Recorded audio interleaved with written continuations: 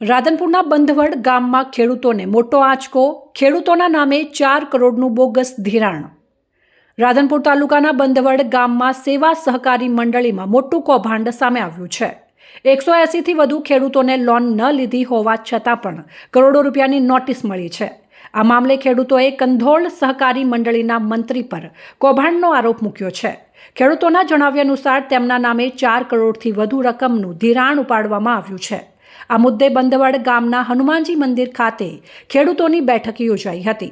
ચિંતિત ખેડૂતોએ રાધનપુર સ્થિત બનાસ બેંકમાં જઈને રજૂઆત કરી હતી।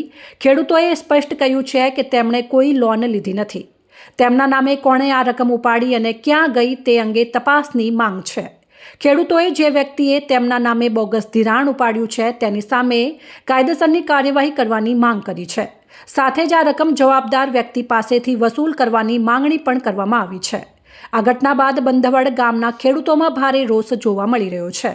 તેઓ હવે કાયદાકીય લડત આપવાની તૈયારી કરી રહ્યા છે।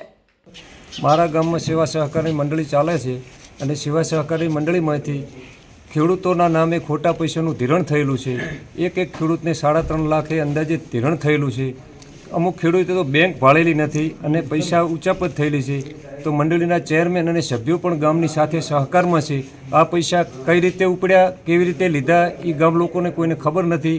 અગાઉ ગામ ભેગું થયું હતું અને મંત્રીને ગામ વચ્ચે બોલાવીને કહેવામાં આવ્યું હતું। મંત્રીએ એવું કીધું હતું કે આ પૈસા મેં લીધા છે અને હું ધિરાણ ભરી દઈશ, એવું એણે અમને નોટરી પાવર ઉપર લખી આપ્યું હતું અને એ બેંક લખણ લઈને જઈ છે, પણ હજુ સુધી 1.5 વર્ષ થયું છે તો અમારા ખેડૂતોને કોઈ ન્યાય મળ્યો નથી।